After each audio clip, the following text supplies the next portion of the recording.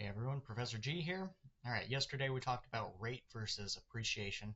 Now we're going to run it with some numbers. Say you have a $600,000 property.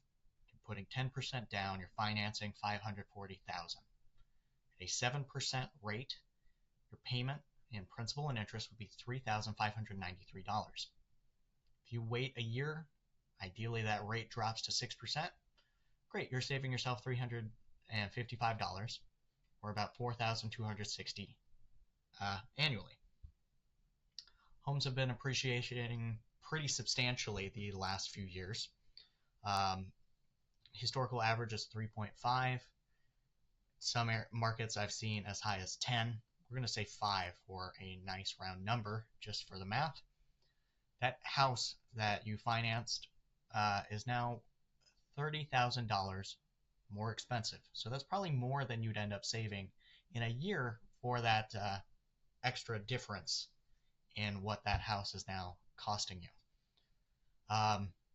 If we were to run those same numbers at a $1.2 million property, put $200,000 down, you're financing $1 million.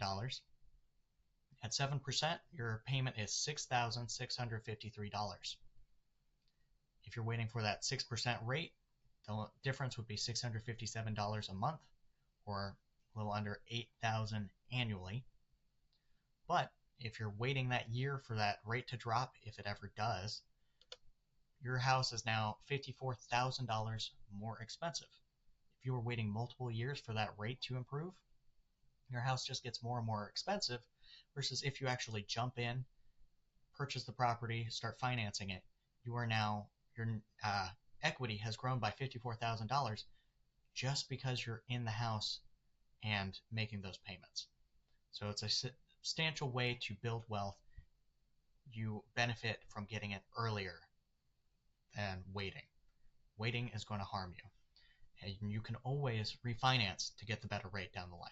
So something to think about.